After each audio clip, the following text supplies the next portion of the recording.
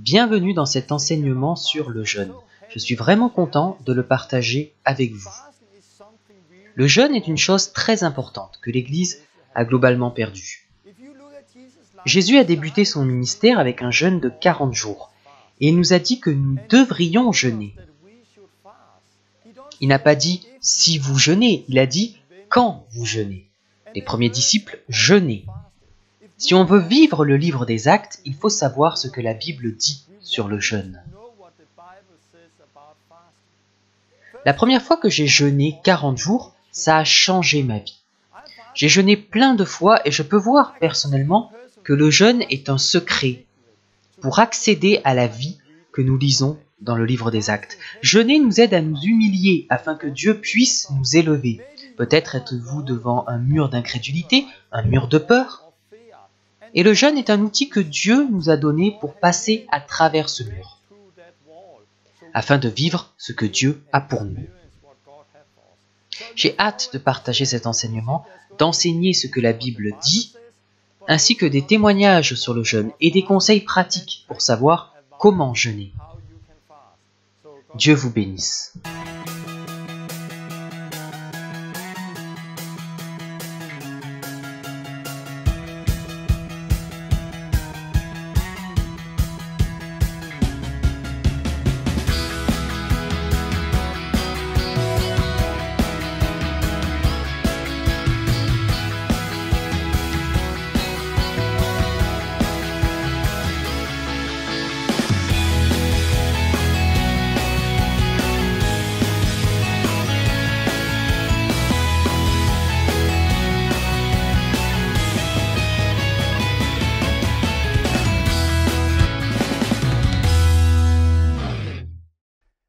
Bienvenue à la Pioneer School.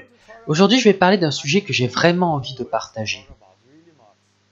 Je vais parler du jeûne. Le jeûne est une chose que nous avons pratiquement perdue dans les églises aujourd'hui. Beaucoup de chrétiens ne jeûnent pas et pourtant, c'est un secret très puissant. Si vous voulez entrer dans la vie que nous lisons dans le livre des Actes, si vous voulez être un disciple de Jésus et le suivre, le jeûne fait partie de cela. Si vous ne savez pas ce qu'est le jeûne, c'est s'abstenir de manger.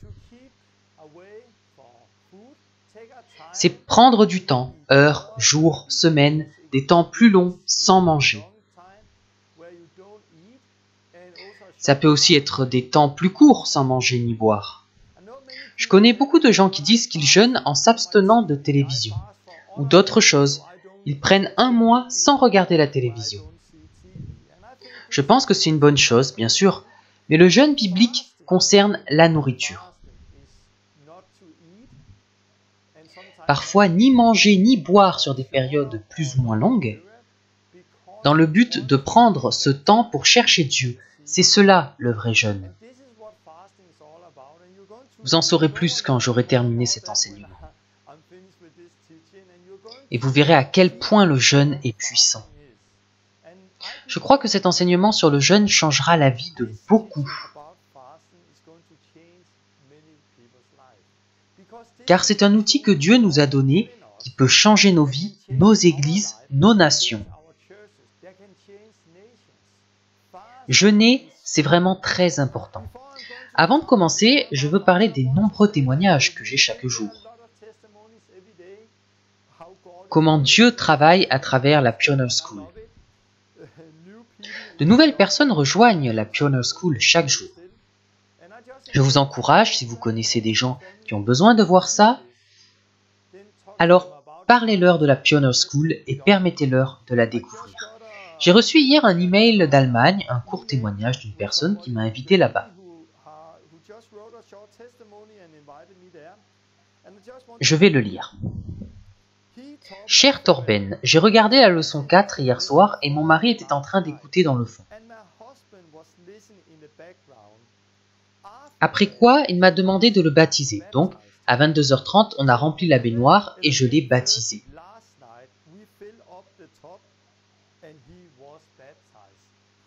Gloire à Dieu! Toute la nuit dernière, j'ai rêvé que j'imposais les mains sur les gens et ils guérissaient.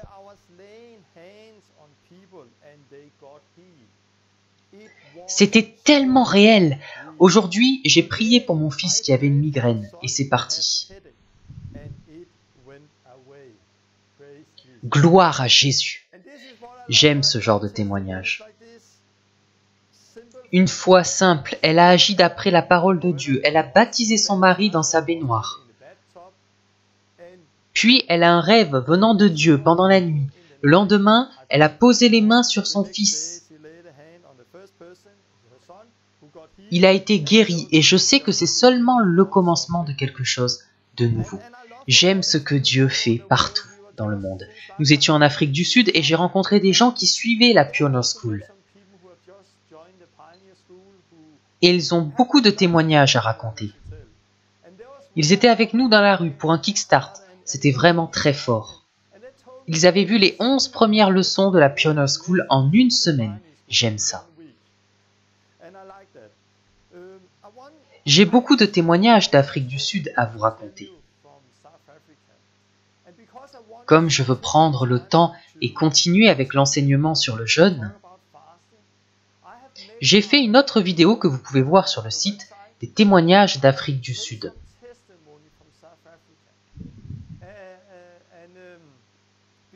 Vous y verrez tout ce que j'ai enseigné et que je vais enseigner ici, dans la Pioneer School.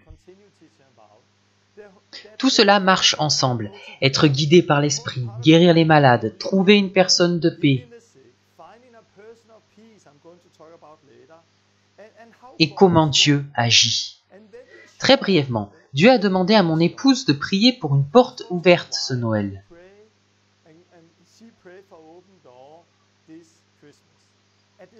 En même temps, quelqu'un en Afrique du Sud s'est senti poussé par Dieu de nous inviter. Et il nous a invités par la foi. Il n'avait pas encore l'argent à ce moment-là. Mais il a agi en suivant la parole de Dieu et ce que Dieu lui avait dit. Quelques semaines plus tard, il a reçu de l'argent dans son entreprise. Avec ça, il avait assez d'argent pour nous inviter et payer notre voyage. Il nous a envoyé 9 000 $ et c'était presque le coût de notre voyage. Mais après avoir envoyé l'argent, il a pensé qu'il devait nous envoyer tout l'argent qu'il avait reçu.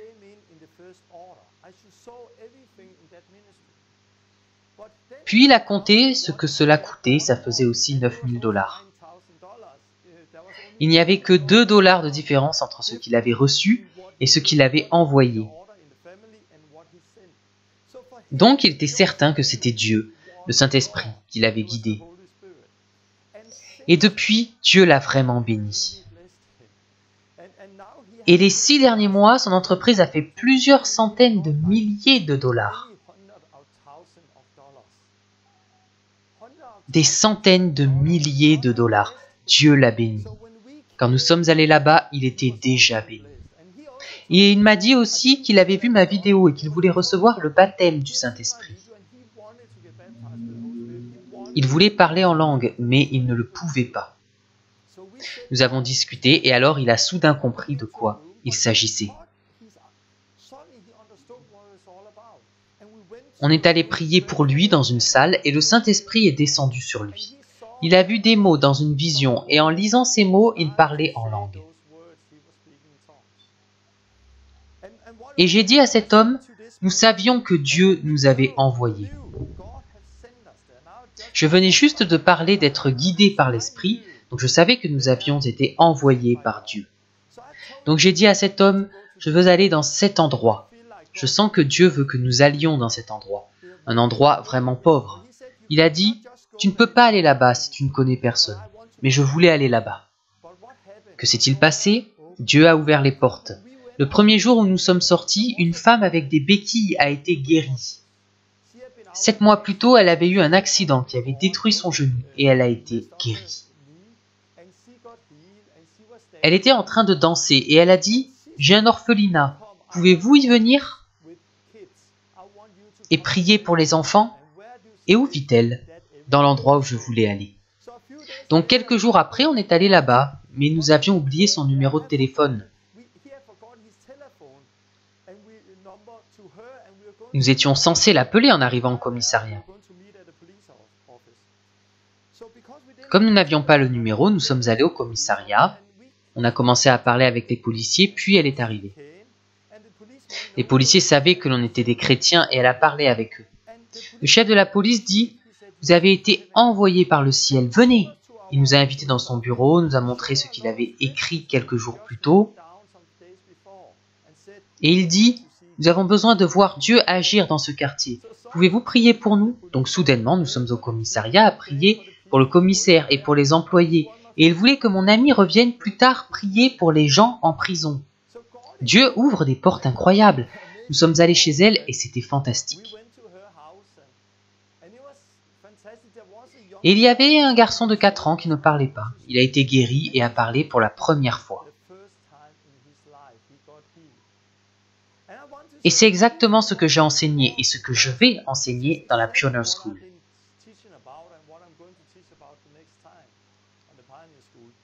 En tant que disciples de Jésus, nous sommes appelés à être guidés par le Saint-Esprit.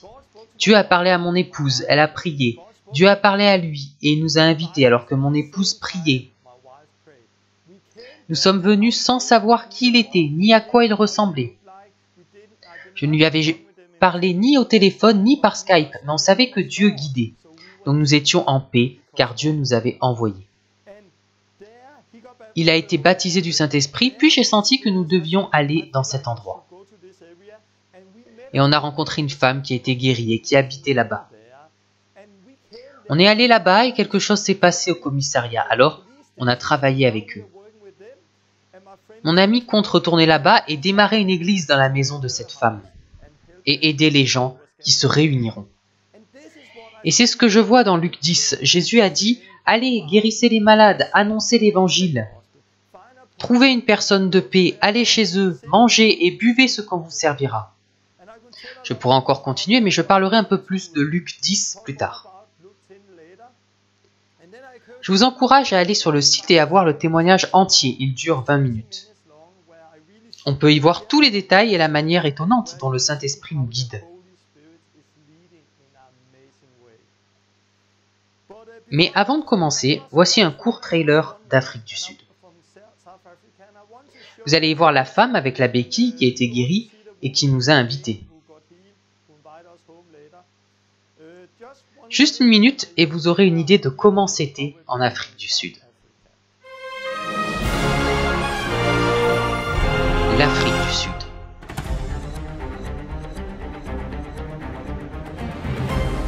Du désert aux montagnes,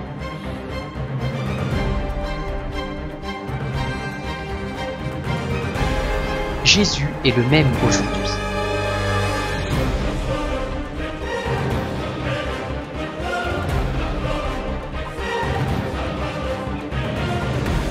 Apporter la joie aux gens. Et ce n'est qu'un début.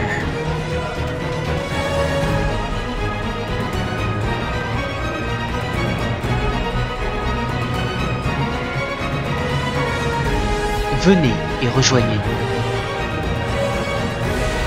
Nous attendons.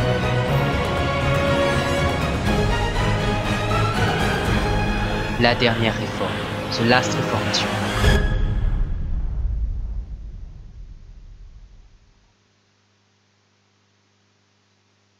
C'était l'Afrique du Sud et vous avez encore d'autres vidéos sur le site. Dieu fait des choses étonnantes partout dans le monde. Je suis impatient de voir ce que Dieu va faire à travers cet enseignement. Je vais prier. Dieu, merci pour ce que tu fais. Merci pour l'Afrique du Sud. Merci de ce que tu fais dans le monde entier. Merci pour les témoignages qui arrivent à travers la Pioneer School. Je prie pour cet enseignement sur le jeûne. Je te demande de me guider par ton Saint-Esprit pour que je dise ce que tu veux que je dise. Je prie pour ceux qui regardent cette vidéo, qu'ils voient ce que ta parole dit au sujet du jeûne. Ça va être une révélation pour eux, quelque chose qu'ils vont commencer à faire. Et ça va changer leur vie. Ça va être le début d'une chose nouvelle dans leur vie. De la même manière que ça l'a été pour moi. Je te prie de leur donner des yeux pour voir, des oreilles pour entendre. et un cœur pour recevoir tout ce que tu as pour nous aujourd'hui. Au nom de Jésus. Amen. Le jeûne. J'étais en Pologne il y a environ 2 ans. J'avais une série de meetings. Je racontais des témoignages et des rencontres. Un jour, je conduisais une voiture avec un gars. On allait dans une autre ville pour une réunion. Il était vraiment étonné de mes témoignages sur comment Dieu travaille par le Saint-Esprit, les guérisons et les conversions. Il était impressionné car il n'avait jamais rien entendu de tel avant. Dans la voiture, il m'a demandé « Torben, c'est quoi le secret? Pourquoi tu vis toutes ces choses? Quel est le secret ?» J'étais un peu surpris par la question. Je ne pensais pas qu'il y avait un secret. C'est Jésus qui fait tout ça. Il a dit « Non, quel est le secret? Il n'y a pas de secret. Ok, mais que fais-tu de différent par rapport aux autres chrétiens ?» Et lorsqu'il m'a posé cette question, soudain ça m'est venu. Le jeûne. Et j'ai vu que, par rapport aux gens que je connais et à ce qui se fait au Danemark, ici, il est normal de ne pas jeûner, ou seulement un jour par-ci, par-là. Et moi, j'ai jeûné 40 jours, j'ai jeûné 20 jours, j'ai beaucoup jeûné. C'est devenu clair pour moi que le jeûne est un grand secret, même dans ma vie.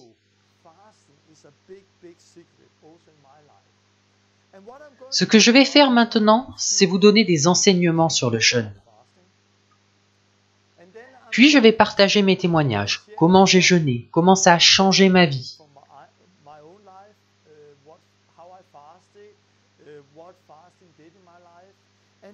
Puis je donnerai des conseils pratiques pour jeûner, parce que j'ai vu que jeûner était le secret de ma vie.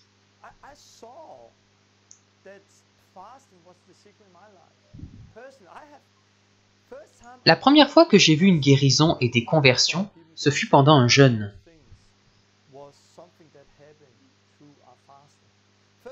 La première fois que j'ai été guidé puissamment par le Saint-Esprit, ce fut pendant un jeûne. La première fois que j'ai eu un rêve puissant par lequel Dieu m'a guidé, ce fut pendant un jeûne. J'ai pu voir que dans ma vie, il y avait des périodes où je ne parvenais pas à faire une percée. Alors j'ai jeûné, il y a eu une percée, et je suis arrivé à un autre niveau. Puis j'ai continué, j'ai encore jeûné, et je suis arrivé à un nouveau stade. Donc le jeûne, c'est vraiment puissant. Mais que dit la Bible sur le jeûne? Je veux commencer par une chose dont j'ai un peu parlé dans les leçons 5 et 6. Quand je parlais de comment guérir les malades.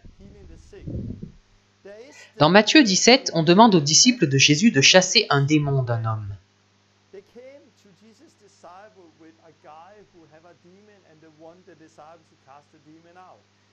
Mais ils ne sont pas capables de le chasser. Alors Jésus vient et réprimande vraiment ses disciples, puis délivre cette personne. Il lui demande après, « Pourquoi n'avons-nous pas pu chasser ce démon ?» Et Jésus dit, « C'est à cause de votre incrédulité. » Matthieu 17, 20. Il continue en disant, « Si vous aviez de la foi, rien ne vous serait impossible. » Ils n'ont donc pas pu chasser le démon à cause de leur incrédulité. Et il ajoute cela, « Cette sorte de démon ne sort que par la prière et par le jeûne. » Il y a beaucoup d'incompréhension sur ce passage, car beaucoup pensent que c'était le démon qui ne pouvait pas sortir sans prière et jeûne. S'ils avaient prié et jeûné, alors le démon serait sorti. Mais le problème n'était pas le démon, mais leur incrédulité. Et c'est ce qu'il dit, cette sorte de démon ne sort que par la prière et par le jeûne. Et je veux dire quelque chose là-dessus, parce que avant ça, les disciples avaient vu beaucoup de guérisons et expérimenté beaucoup de choses. Et là, ils se sont heurtés à un un mur d'incrédulité. Ils avaient la foi pour d'autres choses, car ils avaient vu beaucoup de miracles. Mais à ce moment-là, ils ont expérimenté l'incrédulité, peut-être aussi la peur. Ils étaient à un stade où ils ne parvenaient pas à percer. Et là, Jésus dit, cette sorte-là, cette peur, cette incrédulité, ne sort pas sans prier et jeûner. Et j'ai vu cela dans ma propre vie. Dans ma vie, j'ai très souvent traversé des périodes où j'ai rencontré un mur.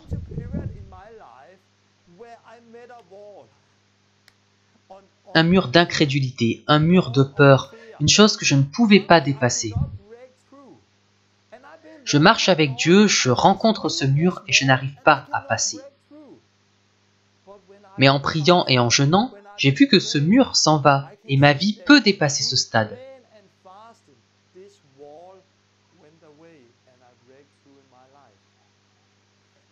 Et j'ai vu cela souvent dans ma vie. La première fois que j'ai jeûné, je n'avais jamais guéri de malade, jamais chassé de démons, jamais mené quelqu'un à Christ. Je n'avais jamais expérimenté ces choses-là et je n'avais personne pour me montrer.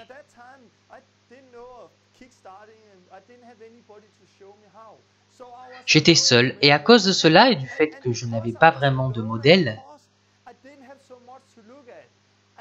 j'avais un grand mur juste devant moi. C'était très difficile de passer à travers ce mur. Cette fois-là, j'avais décidé de jeûner 40 jours. Et avec ce jeûne, quelque chose a changé dans ma vie et j'ai traversé ce mur. Alors c'est devenu plus facile pour moi et j'ai pu continuer à avancer. Puis je suis arrivé à un stade où encore une fois je me suis heurté à la peur. Et j'ai senti l'incrédulité venir sur moi. Et que s'est-il passé? Encore une fois, en jeûnant, j'ai eu la force de passer. La peur et l'incrédulité sont parties. Soudain, j'avais la foi simple et j'étais capable de percer. Donc je crois que le jeûne est une chose importante pour nous, pour voir des percées dans notre vie. Et c'est ce dont Jésus parle ici. Il y a tellement plus à dire sur le jeûne. Une chose importante, c'est que le jeûne est en rapport avec ceci. L'orgueil. Jeûner permet de traiter l'orgueil dans notre vie. L'orgueil est un très très grand péché. C'est aussi un grand problème. L'orgueil est en quelque sorte le premier péché qu'on a vu dans le monde. Lucifer, Satan, voulait être comme Dieu, il voulait être plus. Et à cause de cet orgueil dans son cœur, il a été déchu. Adam et Ève pensaient qu'en mangeant du fruit, ils auraient la connaissance, ils seraient comme Dieu.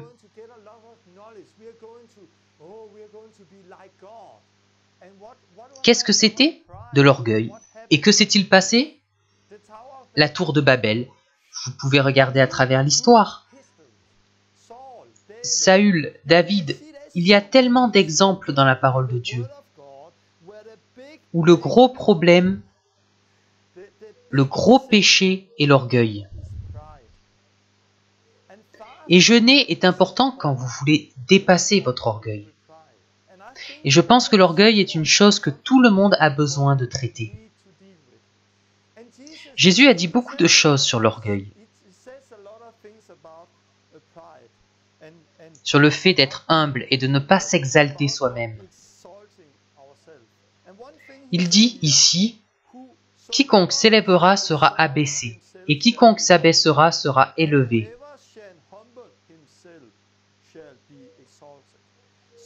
Donc, si vous vous exaltez vous-même, si vous voulez être à la place de Dieu, alors vous serez humilié. Il va vous abaisser. Mais si vous vous humiliez devant Dieu, il va vous élever. C'est ce qui est dit. Quiconque s'élèvera sera abaissé, et quiconque s'abaissera sera élevé. Matthieu 23, 12. Et c'est ce qu'on voit avec Satan, Lucifer, et ce qu'on voit avec Jésus.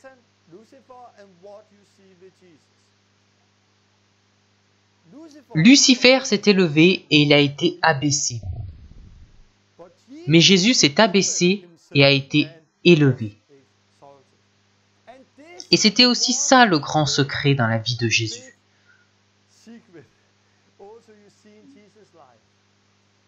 Jésus était un homme humble.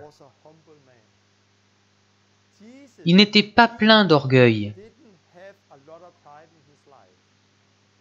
Il s'est humilié devant Dieu et devant les hommes. Et pour cette raison, il a été élevé. On peut lire cela dans Philippiens 2, 5.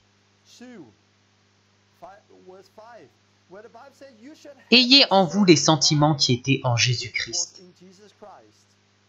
lequel, existant en forme de Dieu, n'a point regardé comme une proie à arracher d'être égal à Dieu, mais est devenu semblable aux hommes.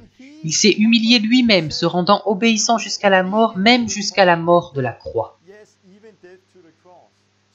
Donc, qu'a fait Jésus? Il s'est humilié lui-même et a fait preuve d'obéissance. C'est pourquoi aussi Dieu l'a souverainement élevé et lui a donné le nom qui est au-dessus de tout nom.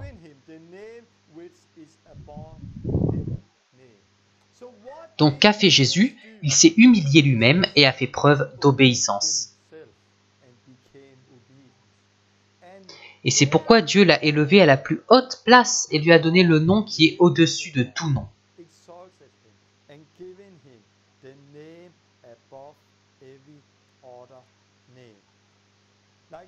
Comme Jacques le dit, « Humiliez-vous devant le Seigneur et il vous élèvera. » Jacques 4, 10.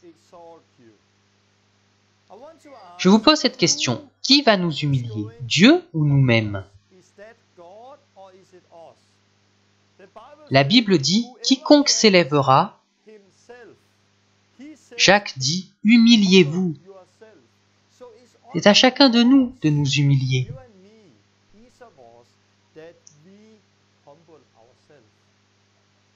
Et quand on s'humilie devant Dieu, il nous élève. Dans le psaume 35, 13, David dit « J'humiliai mon âme par le jeûne ».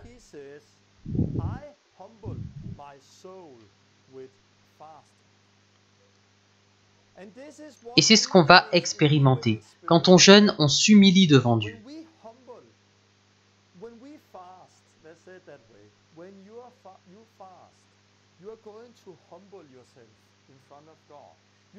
Vous allez humilier votre âme et alors Dieu va vous élever.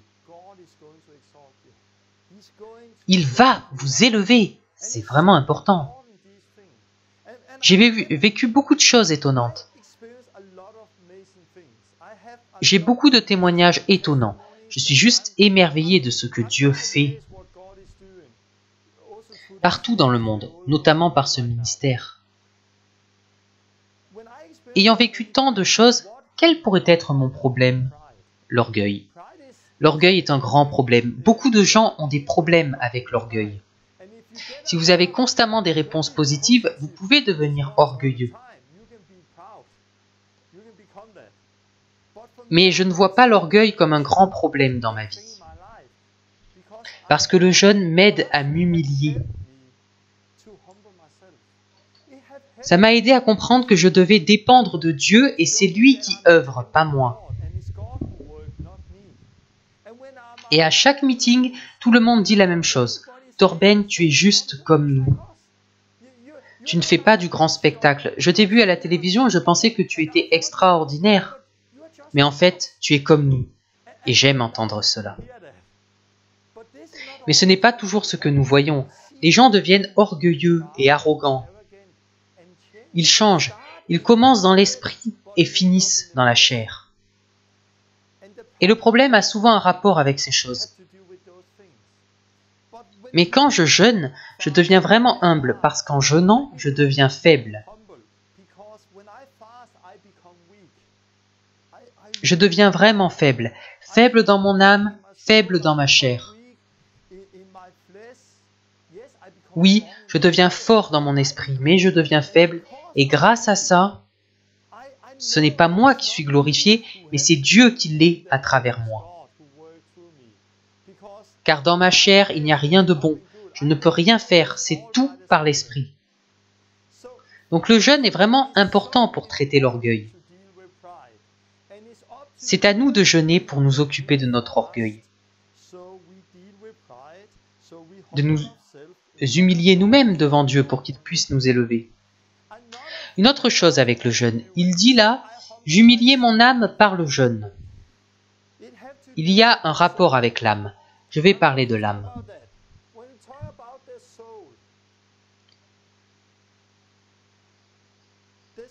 De l'âme provient notre volonté, notre intellect, nos émotions.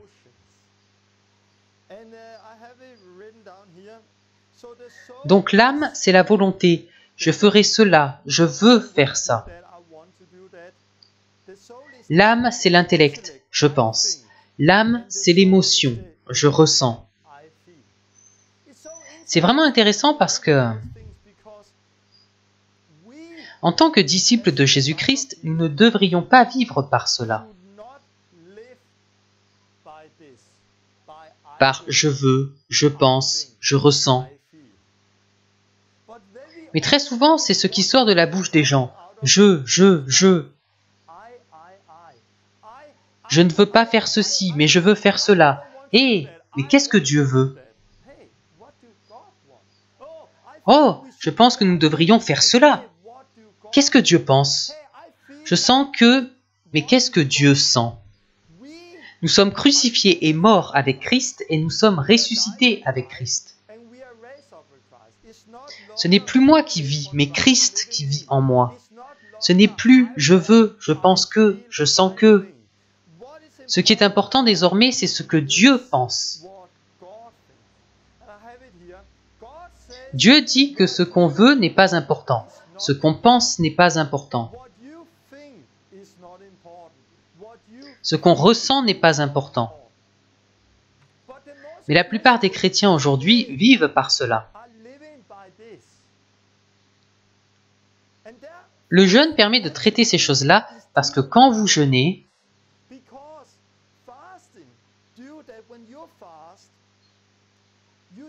vous reniez votre âme et ce après quoi elle languit. Et l'âme pleure et crie, « Donne-moi à manger, j'ai faim !» Mais vous apprenez à votre âme à faire silence et à obéir. Comme David le disait, « Mon âme bénit l'Éternel ». Il commandait à son âme d'adorer Dieu. Il prenait les commandes de son âme. Et personnellement, mon âme veut faire beaucoup de choses. Mais à travers le jeûne, je renie mon âme et ce qu'elle veut faire. Et elle doit apprendre à obéir à la volonté de l'Esprit de Dieu qui est en moi.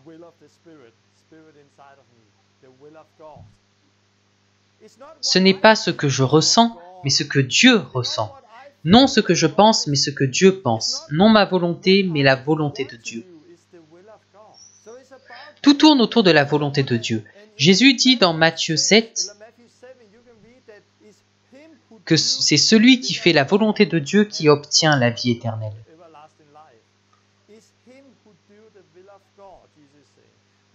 Ce qui est important, c'est la volonté de Dieu.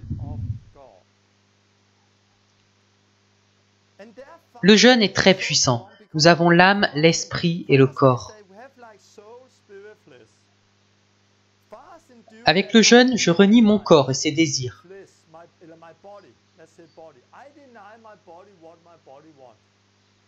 Je renie mon âme et ce qu'elle réclame. Manger, manger, manger. Quand je renie ces choses, elles deviennent faibles. Dans le même temps, je donne à mon esprit beaucoup de choses. Donc ma chair devient faible et mon esprit devient fort. C'est pourquoi durant le jeûne, c'est bien plus facile d'entendre Dieu. La dernière fois que j'ai jeûné 20 jours, j'ai eu 2 rêves très puissants.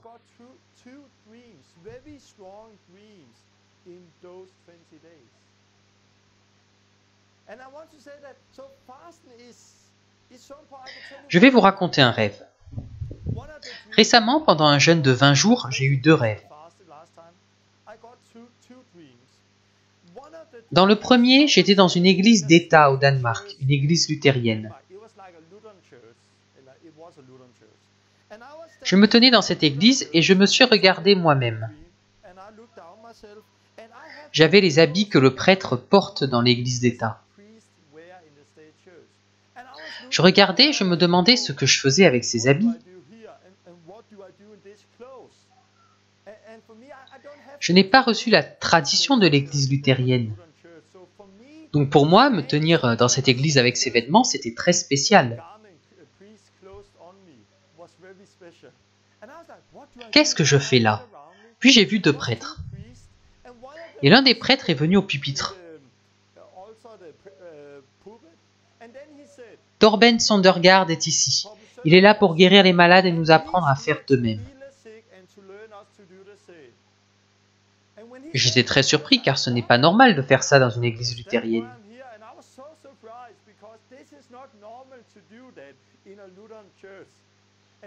Et le prêtre dit « Torben, viens ici ». Je viens à côté de lui.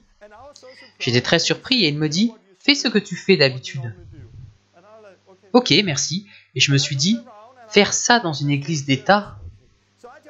Donc j'ai imaginé que j'étais en mission en essayant d'oublier où j'étais. J'ai prié pour les gens qui ont été guéris. Puis j'ai entendu un bruit derrière moi. Il y avait là 2 prêtres. L'un d'entre eux guérissait un malade et l'autre chassait un démon. En me retournant pour regarder, je me suis réveillé. C'était vraiment puissant et je savais que ça venait de Dieu. C'était Dieu qui m'avait donné ce rêve. Ce n'était pas juste un simple rêve, ça venait de Dieu. Plus tard, j'étais avec mes amis, je leur ai dit « Hé, Dieu m'a donné un rêve cette nuit ». Je leur ai raconté et dit que je n'étais pas certain de la signification. Peut-être est-ce une image, alors prions et attendons Dieu. Alors nous avons prié et attendu Dieu. 1 heure plus tard, je reçois un email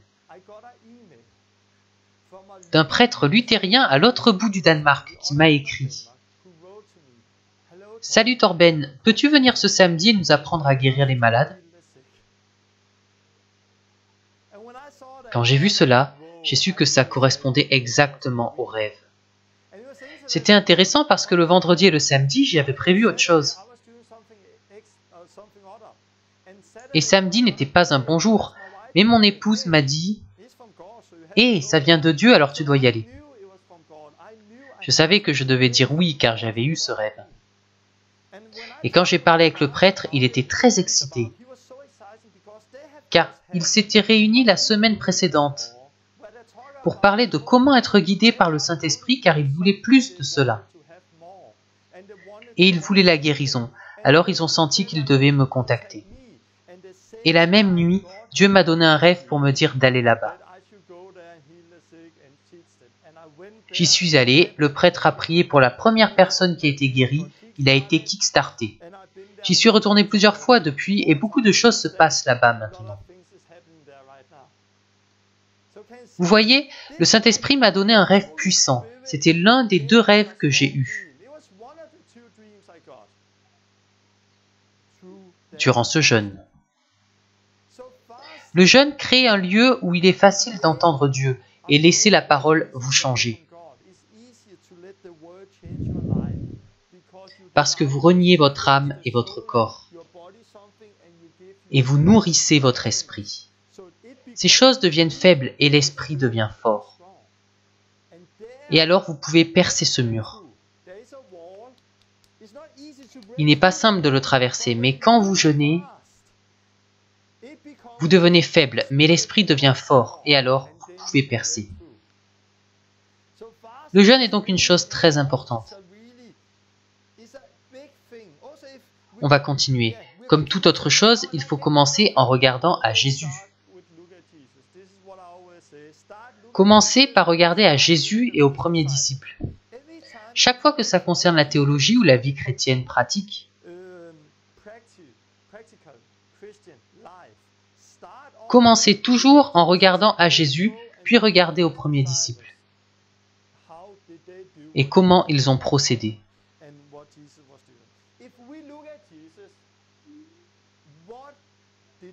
Par quoi Jésus a-t-il commencé quand il a eu le Saint-Esprit? Par jeûner. Et c'est intéressant, dès qu'il reçoit l'Esprit et qu'il commence son ministère, il démarre avec un jeûne de 40 jours. On lit dans Matthieu 4, « Alors Jésus fut emmené par l'Esprit dans le désert pour être tenté par le diable. Après avoir jeûné 40 jours et 40 nuits, il eut faim. »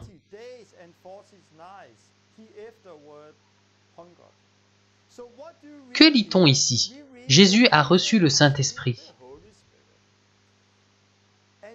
Et le Saint-Esprit était celui qui l'a guidé dans le jeûne, dans le désert où il a jeûné 40 jours et 40 nuits. Là, il a été tenté par Satan, et la première chose par laquelle il a été tenté, c'était ses besoins. Les besoins de son corps, les désirs de son âme. Voilà des pierres, prie seulement que Dieu les transforme en pain et tu pourras les manger.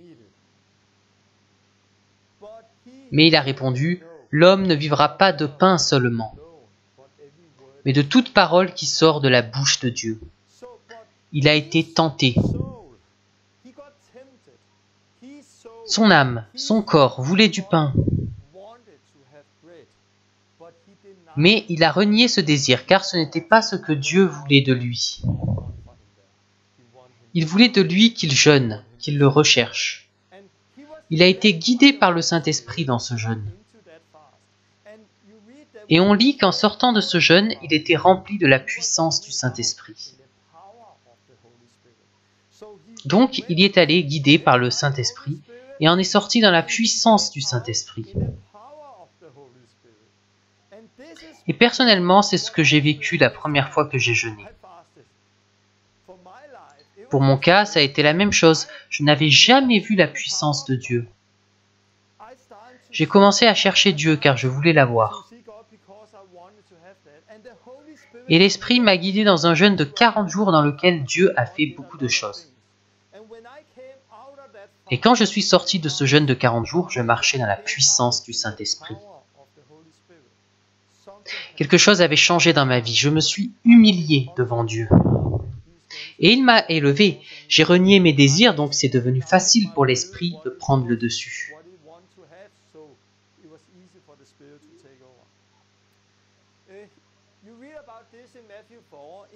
Dans Matthieu 6, le sermon sur la montagne, Jésus enseigne et il dit plusieurs choses.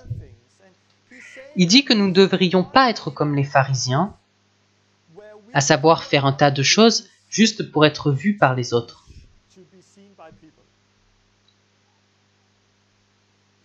Il parle de donner. Il dit « Ne donnez pas à la vue de tout le monde. Et ne donnez pas pour cette raison, parce que vous ne serez pas bénis. »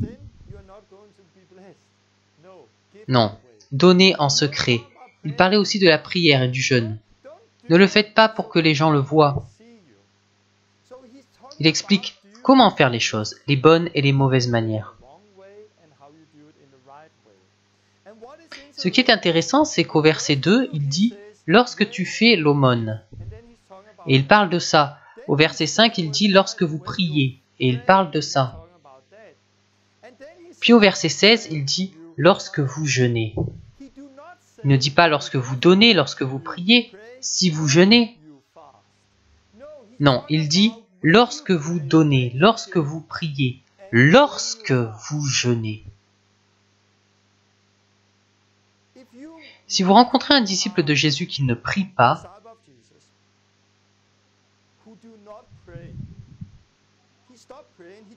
Il a arrêté de prier. Vous savez que cette personne va sombrer comme ça. Il va dégringoler, parce que vous ne pouvez pas être un disciple de Jésus sans prier. Et on s'attend à ce qu'un disciple de Jésus soit quelqu'un qui prie. On s'attend à ce qu'un disciple de Jésus soit quelqu'un qui donne. C'est difficile pour les riches d'entrer dans le royaume de Dieu.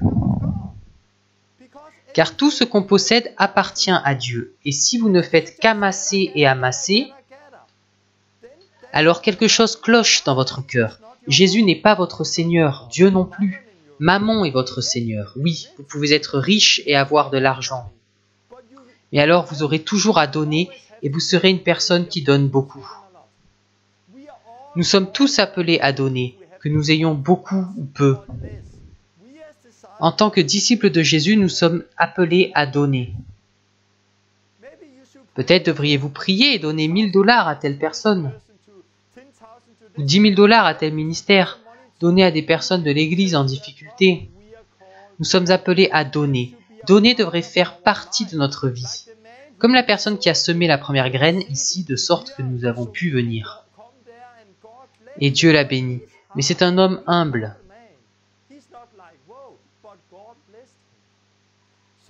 Donc, donner fait partie de notre vie.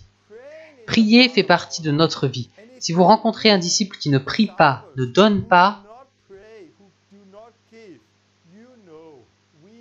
nous savons tous qu'il y a quelque chose qui cloche dans son cœur. Rencontrez-vous aussi parfois des disciples qui ne jeûnent pas? Rencontrez-vous des chrétiens qui ne jeûnent pas? Et la vérité, c'est oui.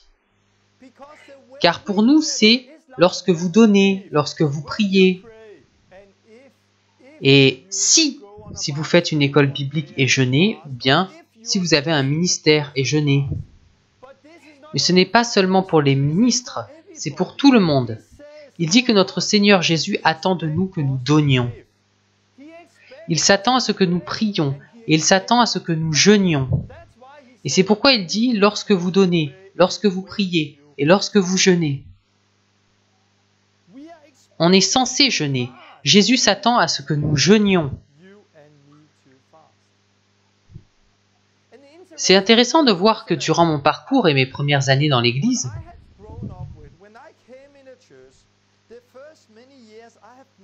je n'ai jamais entendu parler de quelqu'un qui jeûnait. Je n'ai pas entendu d'enseignement sur le jeûne, on n'en parlait pas.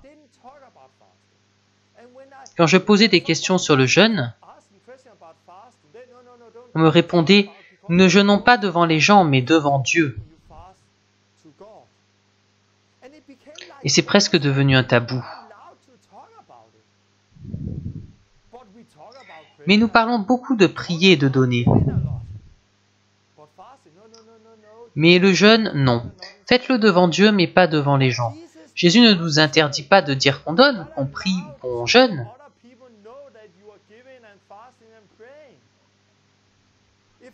Si je veux donner beaucoup d'argent, j'ai besoin d'en parler avec mon épouse.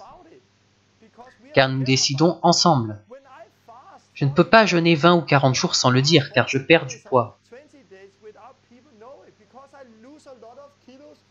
Et les gens demandent « Torben est malade ?» Mon épouse doit répondre « Non, il jeûne. » Ah ok, on a eu peur. Quand je jeûne, je dois aussi aller aux dîners de famille et aux anniversaires. Et je n'y mange pas, donc les gens savent que je jeûne.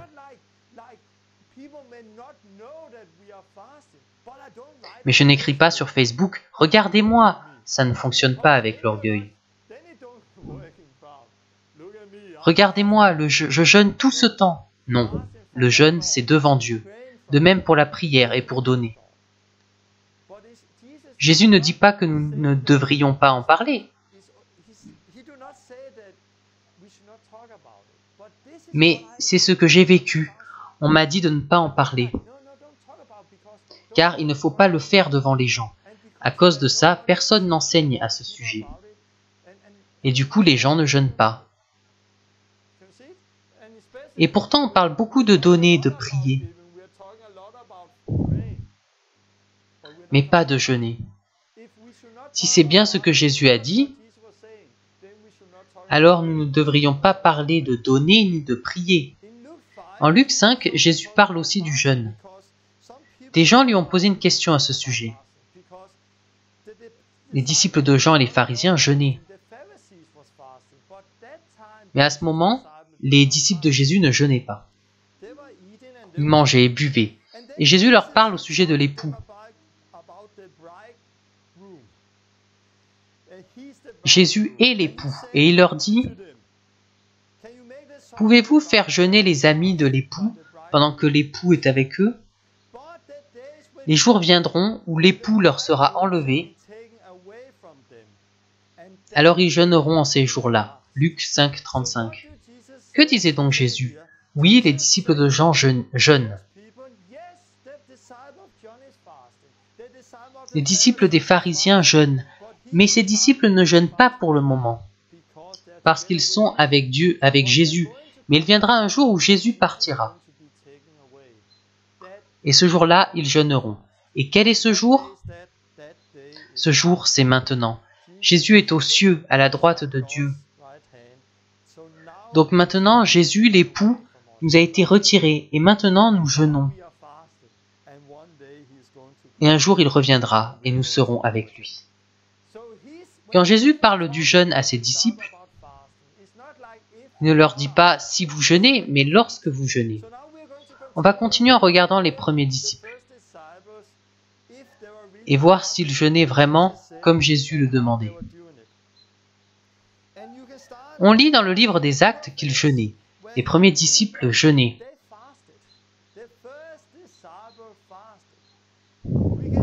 On lit en Actes 13, 2, « Pendant qu'ils servaient le Seigneur et qu'ils jeûnaient, le Saint-Esprit dit «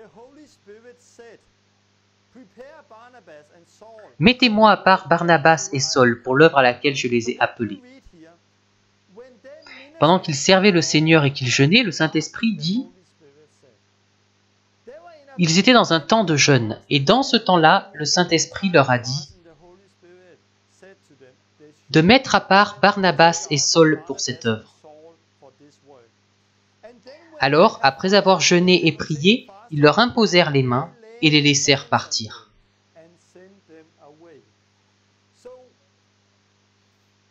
La dernière fois, j'ai parlé de comment être guidé par le Saint-Esprit. Et on a vu que le Saint-Esprit était une part importante de l'Église primitive. Mais c'était aussi le cas pour le jeûne. C'est quand ils ont jeûné que le Saint-Esprit leur a parlé. Et c'est suite à ce jeûne qu'ils imposent les mains et les envoient. Le jeûne était une chose importante. Lorsque Paul raconte sa vie, ce qui fait de lui un vrai apôtre,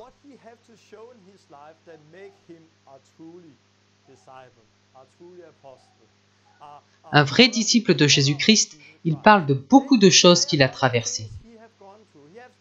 Il a une longue liste de choses qu'il a traversées, qui font vraiment de lui un disciple de Jésus. Et à 2 endroits dans 2 Corinthiens, il en parle. Au chapitre 6, verset 5, « Sous les coups, dans les prisons, dans les troubles, dans les travaux, dans les veilles et dans les jeûnes. » En 11, 27, il dit « À la faim et à la soif, à des jeûnes multipliés, au froid et à la nudité. » On voit ici que le jeûne est quelque chose que Paul faisait. Dans le jeûne, il jeûnait souvent. Il utilise aussi le jeûne comme exemple pour montrer aux autres qu'il était un vrai disciple de Jésus-Christ. Le jeûne faisait donc partie de la vie de Paul et des premiers disciples. Mais on peut aussi le voir dans l'Ancien Testament. Dans le livre d'Esther, par exemple, c'était une femme juive qui est devenue reine. Et Aman voulait tuer les Juifs et Mardoché, Donc il a fait construire une potence pour y pendre Mardochée. Mais qu'ont fait les Juifs? Ils ont jeûné et grâce à ça, la situation s'est inversée. Donc Aman, qui avait bâti une potence pour pendre Mardochée et qui voulait tuer tous les Juifs, fut pendu à la place de Mardochée. Mardochée et tous les Juifs survécurent. Et on lit dans le livre d'Esther, « Va, rassemble tous les Juifs qui se trouvent à Suse et jeûnez pour moi, sans manger ni boire pendant 3 jours, ni la nuit ni le jour. » Esther 4, 16. C'est un exemple dans l'Ancien Testament où on voit que le jeûne change tout. Dans le livre du prophète Jonas, à Ninive, le roi ordonna à la population de jeûner et tout changea complètement. Donc le jeûne était très important dans l'Ancien Testament. Le jeûne est une chose qui change et sauve les personnes et même les nations.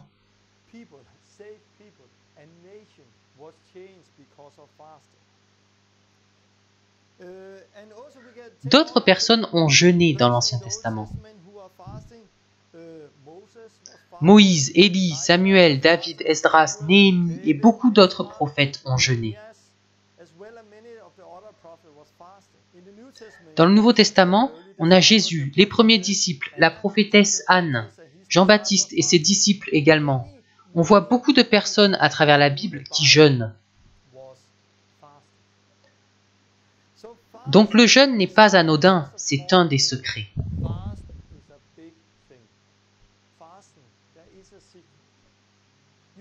Lisons 2 Chroniques 7, 14. Si mon peuple sur qui est invoqué mon nom s'humilie, comment? Par le jeûne. J'ai humilié mon âme par le jeûne. Prie et cherche ma face, et s'il se détourne de ses mauvaises voies, je l'exaucerai des cieux, je lui pardonnerai son péché et je guérirai son pays. Et c'est ce qu'on voit à travers l'Ancien Testament. Les gens s'humilient en jeûnant et en priant. Ils se détournent de leurs mauvaises actions et Dieu guérit leur pays. Donc j'espère que vous comprenez à quel point le jeûne est important. Ok, comment ai-je jeûné? Je n'ai pas eu de grande expérience avant d'avoir jeûné 40 jours. J'avais essayé de jeûner avant ça, à l'école biblique. C'était plusieurs années auparavant, j'étais jeune dans la foi. Nous avons essayé de jeûner quelques jours, mais seulement parce qu'il fallait le faire. Ce ne fut pas une bonne expérience, je n'en ai rien retiré d'intéressant. Seulement une grande faim. Mais des années plus tard, j'étais frustré par ma vie. Ma vie était si loin de ce qu'on lit dans la Bible. Je ne voyais pas de guérison, pas de délivrance. Je n'étais pas guidé par le Saint-Esprit. Un jour, je lisais dans l'évangile de Luc le figuier qui ne portait pas de fruits. Il est resté 3 ans sans porter de fruits. Et alors Jésus a dit une chose radicale. Le chef du jardin voulait couper le figuier car il ne portait pas de fruits.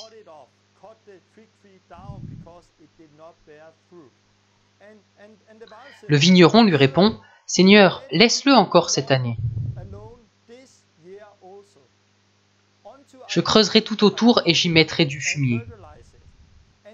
Peut-être à l'avenir donnera-t-il du fruit, sinon tu le couperas. » Luc 13, 8. On lit dans cette parabole que le figuier est resté 3 ans sans porter du fruit. Mais on le laisse encore 1 année.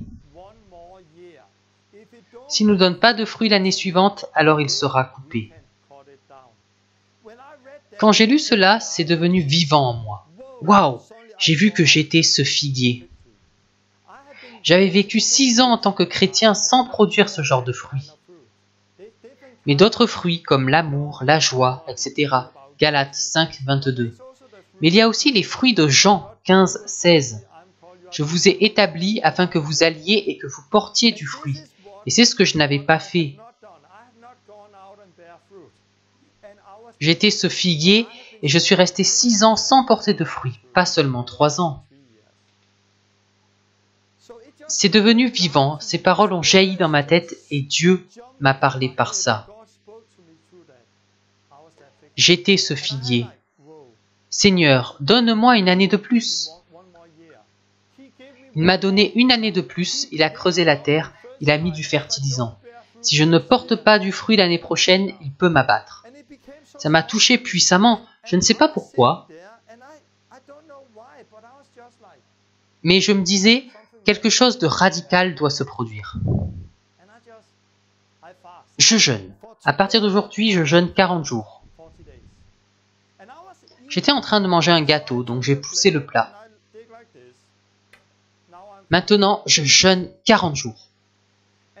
À cette époque, je connaissais peu de monde qui avait jeûné 40 jours. Je disais que Jésus l'avait fait.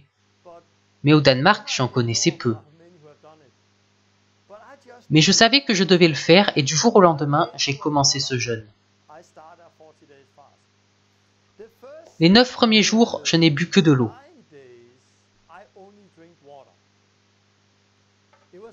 Honnêtement, c'était vraiment très difficile. Quand je buvais de l'eau, je devais presque me forcer parce que je n'aimais pas l'eau.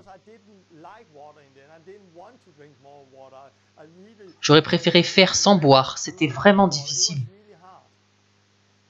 J'ai ressenti beaucoup de choses physiquement. Il y avait un grand combat en moi, j'étais affamé. Au début, j'ai eu mal à la tête, j'étais fatigué, je sentais des choses dans mon corps. Mais j'ai continué de jeûner. J'ai cherché Dieu, je lisais la Bible. Et je priais beaucoup. Au bout de 9 jours, j'ai commencé à boire du jus. Au Danemark, il fait très froid en janvier et mes mains étaient très froides.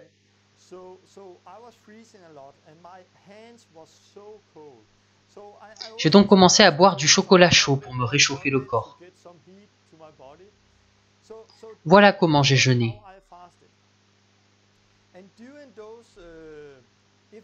Pour les choses spirituelles, durant ces 40 jours, j'ai beaucoup lu la Bible. J'ai prié, pas pendant des heures,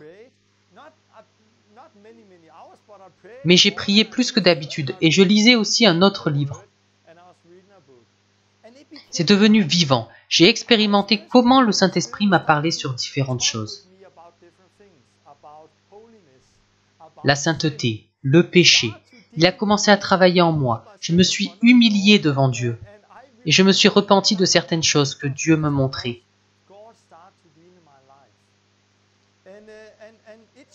Ça a complètement changé ma vie. Dieu m'a parlé et j'ai écrit ce livre, Saine Doctrine. Vous pouvez l'acheter sur Amazon ou sur le site thelastreformation.com. Dieu m'a donné ce livre. C'est une sorte de témoignage de ce jeûne de 40 jours. De comment Dieu m'a donné un chapitre par jour en 2 semaines. Et comment ça a changé ma vie. Tout ce que je fais aujourd'hui a commencé avec ce jeûne. Je veux aussi parler d'autres choses qui ont été changées dans ma vie. C'était dur. On expérimente un combat intérieur. J'ai vécu un combat intérieur comme jamais auparavant.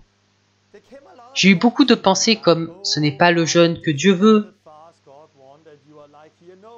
Non, mange quelque chose, sors et va évangéliser. Au lieu de rester là, épuisé. Et puis j'ai eu mal au ventre. Hé, tu es malade, tu vas mourir. Et j'avais toutes ces pensées en permanence. Tu es malade, tu vas mourir. Ce n'est pas le jeûne que Dieu veut. Mange et sors pour évangéliser. Mange et fais autre chose. Es-tu sûr que tu dois jeûner? C'est juste une idée qui vient de toi. Tout le combat était là. Souvent, je regardais la nourriture dans le réfrigérateur. Oh! Ok, Non. C'était un vrai combat. Il y avait un combat spirituel en moi. Ce n'était pas tous les jours, mais pendant certaines périodes. Et je crois qu'il y a des choses qu'on apprend dans un long jeûne, qu'on ne peut connaître si on jeûne 1, 2 ou 3 jours. La plupart de mes connaissances ont jeûné juste 3 jours. Désolé, mais ce n'est pas la même chose. Si je jeûne 3 jours, le premier jour, j'ai vraiment très faim, car je dois m'habituer à ne pas manger. Le deuxième jour, tout le poison de la nourriture mangée avant doit sortir du corps. Et c'est ce qui se passe quand on jeûne, on nettoie le système. Quand on va aux toilettes, on voit que l'urine est très foncée, parce que tout est en train de partir. Le jour suivant, le poison sort du corps. Et souvent, on a une migraine, c'était mon cas. Le troisième jour, on pense juste au lendemain où on pourra enfin manger. C'est ce qu'on peut expérimenter. Mais dans un jeûne plus long, on expérimente des périodes différentes. Les premiers jours, vous pouvez avoir ce combat. Ensuite vient une période entre le 3e et le 7e jour, où le corps est fatigué et il faut s'y habituer. Ensuite, il y a une longue période pleine d'énergie. On peut faire plein de choses sans être ni fatigué ni affamé. Et Dieu parle. J'aimerais souligner que c'est une chose qu'il faut expérimenter soi-même. Il faut expérimenter ces périodes. Aussi, j'ai toujours un combat au milieu. Es-tu sûr que ce n'est pas seulement 20 jours? Il y a une bataille mentale dans l'âme.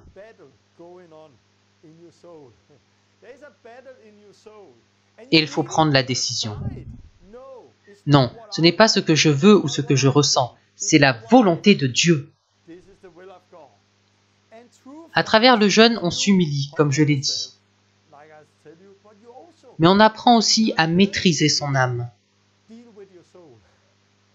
On apprend à être fort et on gagne en caractère. Et on apprend à renier les aspirations de l'âme et à vivre par l'esprit.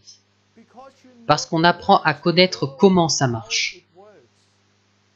Ça marche aussi avec la tentation. On sait que Satan est un menteur.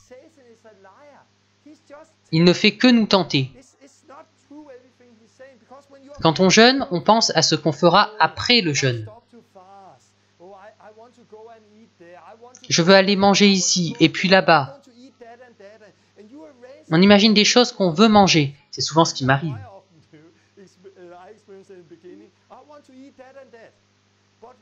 Mais quand on recommence à manger, on commence avec un petit pain, et dès qu'on l'a dans la bouche, on a mal à la mâchoire parce qu'on n'est plus habitué à manger.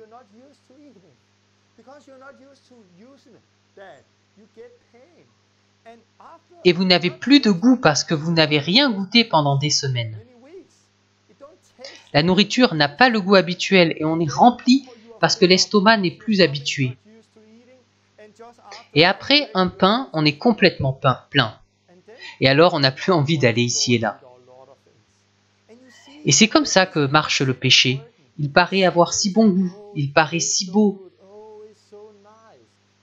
Mais une fois qu'on y a goûté, burk, on m'a menti. C'était bon quelques secondes, mais qu'est-ce que j'ai fait? On voit que le péché est un piège. Le jeûne m'aide aussi à vaincre le péché, à vivre par l'esprit et non par l'âme. Voilà ce que j'ai appris par ce jeûne. Le jeûne suivant était beaucoup plus facile, car je n'avais pas la même peur, je savais ce qui allait se passer. C'était vraiment plus facile. La dernière fois que j'ai jeûné 40 jours, les derniers jours, je traversais une crise à cette époque. J'étais devant un mur. Je traversais une grave crise. Vous pouvez le lire dans mon livre The Last Reformation. Et le dernier jour, j'ai entendu Dieu me parler très clairement. Va dans cette ville. Ça faisait très longtemps que je n'avais pas entendu sa voix. Je suis allé dans cette ville et j'ai demandé « Pourquoi suis-je ici? Que veux-tu que je fasse ?» Et j'ai rencontré quelqu'un qui a été guéri et qui m'a dit qu'il avait prié lundi, mardi, mercredi. Dieu, envoie Torben pour qu'il prie et que je sois guéri. Et jeudi, Dieu m'a parlé. J'y suis allé et il a été guéri. À ce moment, j'ai eu une idée de ce que c'est d'être guidé par l'Esprit. Et à partir de là, nos vies ont commencé à changer. Nous sommes sortis de la crise. Et Dieu nous a parlé encore et encore. Donc pour ma part, la première fois, j'ai jeûné 40 jours et j'ai passé un mur. Et j'ai eu les guérisons, les délivrances, etc. Une autre fois, je traversais une grave crise. Je ne pouvais pas traverser ce mur, je ne pouvais rien voir d'autre. Si Dieu n'intervenait pas, je me sentais mourir. Je voulais presque mourir tellement c'était dur. Mais j'ai vu une percée dans ma vie en jeûnant. J'ai aussi essayé de jeûner 7 et 20 jours. C'est là que j'ai eu un rêve. Un jour, Dieu m'a parlé à travers le livre d'Esther. Et j'ai pris 3 jours sans manger ni boire. Ce fut aussi un jeûne puissant, car Dieu me l'avait inspiré. Normalement, il faut boire beaucoup quand on jeûne. Mais cette fois-ci, je n'ai eu aucune migraine, ni aucun autre problème. Je n'ai juste rien mangé ni bu pendant 3 jours. C'était vraiment puissant. J'ai reçu une réponse à une prière le premier jour, une autre le deuxième jour, pareil le troisième jour, avec aussi une puissante prophétie. Ces 3 jours furent parmi les jeûnes les plus puissants que j'ai vécus. Le jeûne est important et je voudrais apporter quelques conseils pratiques. Et je me répète, je ne jeûne pas pour m'amuser. Et je ne pense pas que vous devriez jeûner juste pour le plaisir, parce que ce n'est pas amusant de jeûner. Je pense qu'on devrait chercher Dieu. Ne pas dire « Dieu, si tu veux que je jeûne », mais « Comment dois-je jeûner ?» Comme on dit « Comment dois-je prier ?» ou « Comment dois-je utiliser mon argent ?» Que dois-je faire de ma vie? Comment dois-je jeûner? Et alors, faites ce que vous sentez. Il y a différentes durées dans la Bible. 21, 3, 40 jours. Peut-être pouvez-vous jeûner 1 jour ou 2 par semaine, comme les pharisiens. Ils jeûnaient le lundi et le jeudi. Ils jeûnaient 2 jours par semaine. Et je sais que beaucoup de pasteurs à travers l'histoire ont jeûné 1 jour par semaine. Passons aux choses pratiques. Mon épouse est choquée que je puisse jeûner car j'aime vraiment manger. J'aime les bonbons, le chocolat, le coca. Je bois et je mange beaucoup de sucreries. Elle est surprise car j'ai du mal à m'en passer.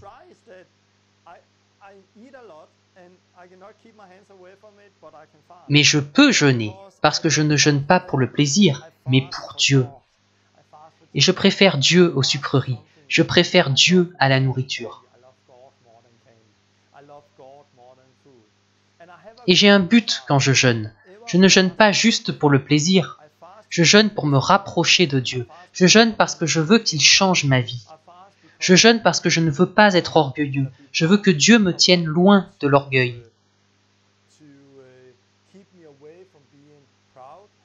Je veux vivre humblement, obéir à Dieu, le servir. Je veux faire les bons choix. Je jeûne pour toutes ces raisons. Quand on jeûne, c'est comme pour Jésus dans le désert. Nous serons tentés, ça fait partie de nous. Avoir des idées comme recommencer à manger, faire ceci et cela. Il y a eu des jeûnes où j'ai recommencé à manger. J'ai aussi essayé de jeûner 40 jours sans y parvenir. Et quand on s'arrête, alors on continue à chercher Dieu. Ne vous arrêtez pas là, mais apprenez, cherchez Dieu et réessayez.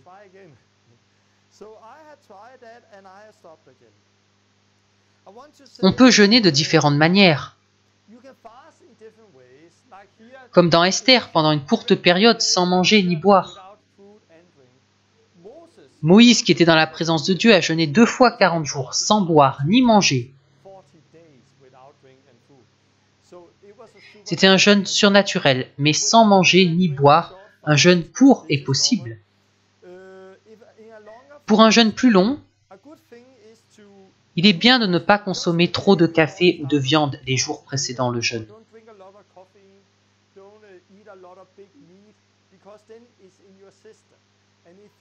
Ceux qui boivent beaucoup de café passent souvent par une période de migraine, car la caféine doit sortir de votre système. Il est bon de commencer très lentement quand on commence un long jeûne. Je ne l'ai pas fait la première fois, mais c'est conseillé. Une autre chose, quand vous sortez du jeûne, ne mangez pas trop, car votre estomac doit se réhabituer à manger. Donc c'est bien de manger moins, car votre estomac s'habitue au fur et à mesure. Donc si on est habitué à manger telle quantité et qu'après le jeûne on mange plus, alors on continuera sur cette base et on prendra beaucoup de poids. Donc reprenez lentement. Évidemment, pendant le jeûne, on perd du poids.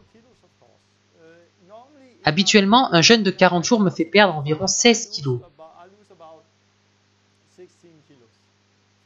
14 kilos, 16 kilos, 18 kilos environ. Mais c'est aussi parce que j'ai du poids à perdre. Ceux qui ont moins à perdre en perdront moins. Le jeûne fait partie du poids, mais ne jeûnez pas pour cette raison. Le jeûne fait perdre du poids, car souvent, on regagne tout très rapidement. Et on peut même devenir plus gros si on commence à manger trop. Donc pensez à cela. Quand on jeûne, quand Jésus était dans le désert, il était loin de tout, même des gens. Il était juste dans le désert. Je n'ai pas fait cela. Je ne me suis pas isolé, j'ai une épouse et j'ai des enfants. Et ils font partie de ma vie quotidienne. Je ne travaillais pas quand je jeûnais parce que j'en étais incapable.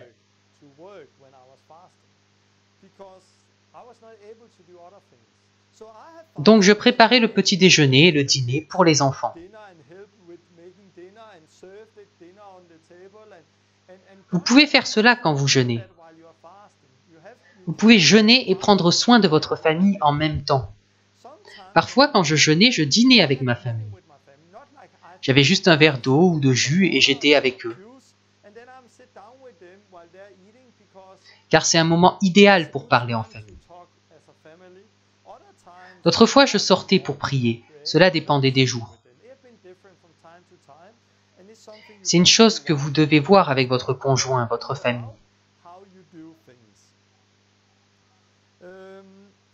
Ce sont des conseils pratiques. Les gens me posent beaucoup de questions. Combien de temps passes-tu à lire, à prier? C'est comme la prière, c'est comme donner. C'est différent d'une personne à l'autre.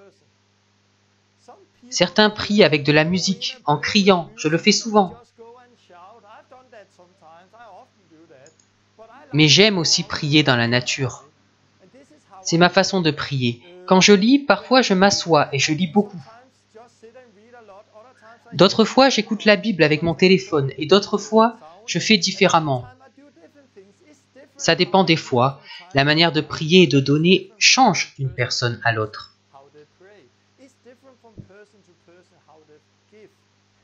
Et la manière de jeûner change aussi d'une personne à l'autre. Peut-être que vous pouvez partir de chez vous quelques semaines sans parler à personne et jeûner. Peut-être que vous avez un travail et une maison et que vous ferez autre chose. La manière de faire, c'est une chose que vous devez fixer avec Dieu. Donc demandez à Dieu, dois-je jeûner? Non, pas ça. Je sais que tu m'appelles à jeûner. Quand dois-je jeûner? Comment dois-je jeûner? Aide-moi. Et puis jeûnez avec Dieu. Parlez-lui de cela. Voyez comment il vous guide. Et à quel point cela devient une expérience puissante dans votre vie. Voilà ce que je voulais dire sur le jeûne. Il y a eu beaucoup d'informations. Pour résumer rapidement, le jeûne est en rapport avec l'orgueil. Ça empêche de devenir orgueilleux. Le jeûne nous fait nous humilier devant Dieu, de sorte qu'il puisse nous élever. Le jeûne a un rapport avec notre âme. On renie les désirs de notre âme et de notre corps. Ils deviennent faibles et on devient fort. Alors on peut percer les murs dans nos vies. Le jeûne aide aussi à voir comment fonctionne l'âme et la tentation. Comment dire non à la tentation? Comment mourir pour vivre pour Christ? Jésus jeûnait et disait « Lorsque vous donnez, lorsque vous priez, lorsque vous jeûnez ». Les premiers disciples ont jeûné. Le jeûne a été très important dans tout l'Ancien Testament. Le jeûne est très important quand on est disciple de Jésus-Christ. Différentes choses se passent dans votre corps. Et si vous voulez, vous pouvez aller chercher des informations à ce sujet sur Internet. Car il est bon de savoir que ce que vous allez vivre n'est pas dangereux. Par exemple, quand j'ai un hoquet, ça fait très mal au thorax.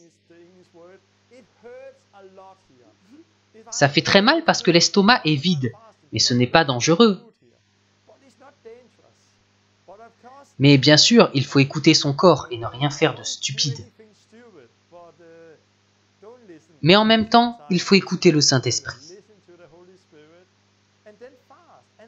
Et voyez la puissance, expérimentez le combat, voyez comment ça change votre vie et comment vous percez, et entrez dans une vie où le jeûne fait partie de la vie normale d'un disciple. Voilà pour le jeûne, j'espère que vous en avez retiré quelque chose. Je vais prier pour vous et puis terminer. Seigneur, je te remercie pour cet enseignement tellement important, je te demande que cela vienne dans l'Église. Nous en avons besoin, l'Église en a besoin. Seigneur, nous avons besoin de nous humilier devant toi, pour que tu puisses nous élever, nous exalter. Nous ne voulons pas vivre par notre âme, mais nous voulons vivre par ta volonté. Faire ce que tu nous as appelés à faire. Aide-nous à jeûner. Aide-nous à entrer dans cette vie que nous lisons dans ta parole. Aide-nous à comprendre ce qu'est le jeûne. Je prie pour tous ceux qui écoutent. Tu vas leur parler et tu vas mettre cela dans leur cœur pour qu'ils commencent à entrer dans cette vie et voir combien le jeûne est fantastique. Que ça change nos vies. Viens avec ton Saint-Esprit et travaille en nous. Au nom de Jésus. Amen. Dieu vous bénisse. J'ai hâte de la prochaine fois. Je ne sais pas encore exactement ce que ce sera. Je vais prier et demander à Dieu de quoi il veut que je parle. Au revoir.